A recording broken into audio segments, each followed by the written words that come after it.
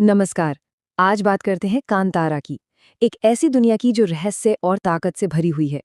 ये सिर्फ एक फिल्म की कहानी नहीं है, बल्कि ये कहानी है लोक कथा की, जमीन पर हक की लड़ाई की और इन सबके बीच आध्यात्मिकता के एक जबरदस्त टकराव की।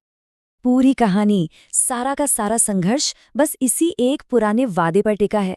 आप कह सकते हैं कि ये एक पवित्र नियम था, जिसकी गूंज एक पीढ़ी से दूसरी पीढ़ी तक सुनाई देती रही। तो ये कहानी शुरू होती है सदियों पहले। एक राजा था जिसके पास सब कुछ था, लेकिन मन में शांति नहीं थी।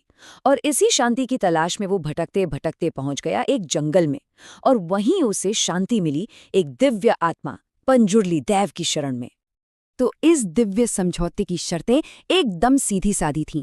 राजा को मिली मन की शांति, और इसके बदले में राजा ने जंगल की वो जमीन वहां के गांव वालों को दे दी।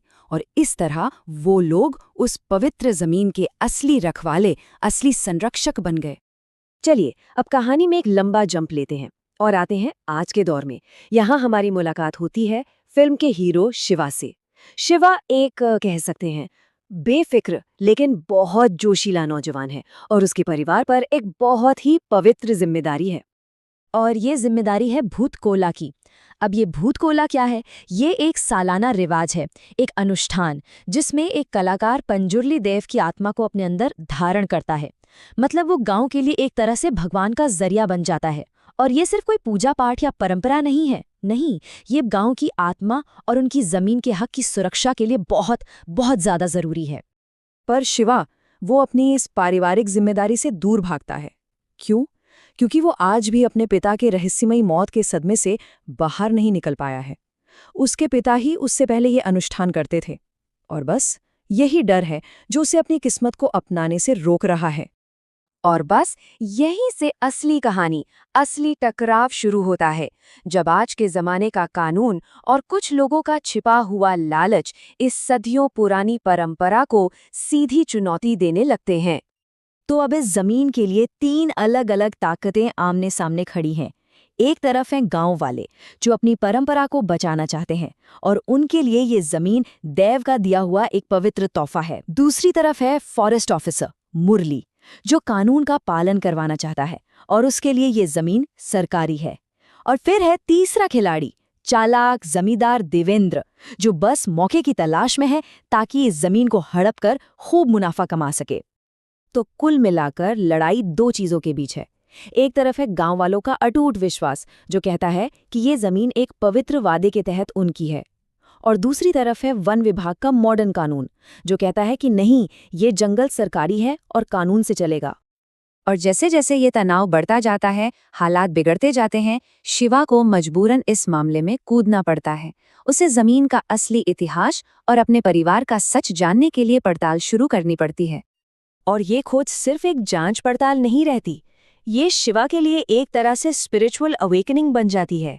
उसे एक के बाद एक कई झटके देने वाले सच पता चलते हैं। पहला, जमींदार का धोखा। दूसरा, अपने पिता की मौत का असली राज। और तीसरा, और सबसे जरूरी, उसकी खुद की जिम्मेदारी, उसका अपना वो फर्ज जिसे वो अब और नजरअंदाज नहीं कर सकता। इन खुलासों के बाद सब कुछ शीशे की तरह साफ हो जाता है। जमीन असल में गांव वालों की ही है, और उनके साथ बहुत बड़ा धोखा, बहुत बड़ा अन्याय हुआ है। और यही सच एक आखिरी जबरदस्त टकराव की नींव रखता है। अब हम पहुंचते हैं कहानी के क्लाइमैक्स पर, वो मोड़ जहां इंसानों की लड़ाई का फैसला अब कोई इंसान नहीं, बल्कि एक दिव्य शक्ति करने वाली है। भूत कोला का अनुष्ठान शुरू होता है। हवा में एक अजीब सा खिंचाव है, उम्मीद भी है, डर भी है, और एक गहरी पवित्रता भी। गांव वालों की आखिरी उम्मीद अब बस इसी एक रात पर टिकी है। और फिर वो पल आता है जिसका सबको इंतजार था। शिवा अपने सारे डर को पीछे छोड़ देता है और अपनी किस्मत को गले लगा लेता है। और उसके अंदर एक ऐसा जबरदस्त आध्यात्मिक बदलाव आता है कि देखने वालों की आंखें फटी की फटी रह जाती हैं। देव आ चुका है, पुंजरली देव की वो दिव्य शक्ति, वो ऊर्जा शिवा के शरीर में समा जाती है। और अब वो सिर्फ शिवा नहीं है, वो न्याय करने वाला एक दैवीय हथियार बन चुका है। और उस दिव्य रूप में दैवीय, शिवा के शरीर के जरिए एक एक करके गुनाहगारों को सजा देता है, अन्याय खत्म होता है, इंसाफ की जीत होती है और उस सदियों पुराने पवित्र वादे का मान रखा जाता है। और ये पूरा चमत्कार फॉरेस्ट ऑफिसर मुरली अपनी आंखों से देखता है। तो अब कहानी के अंजाम की ओर बढ़ते हैं।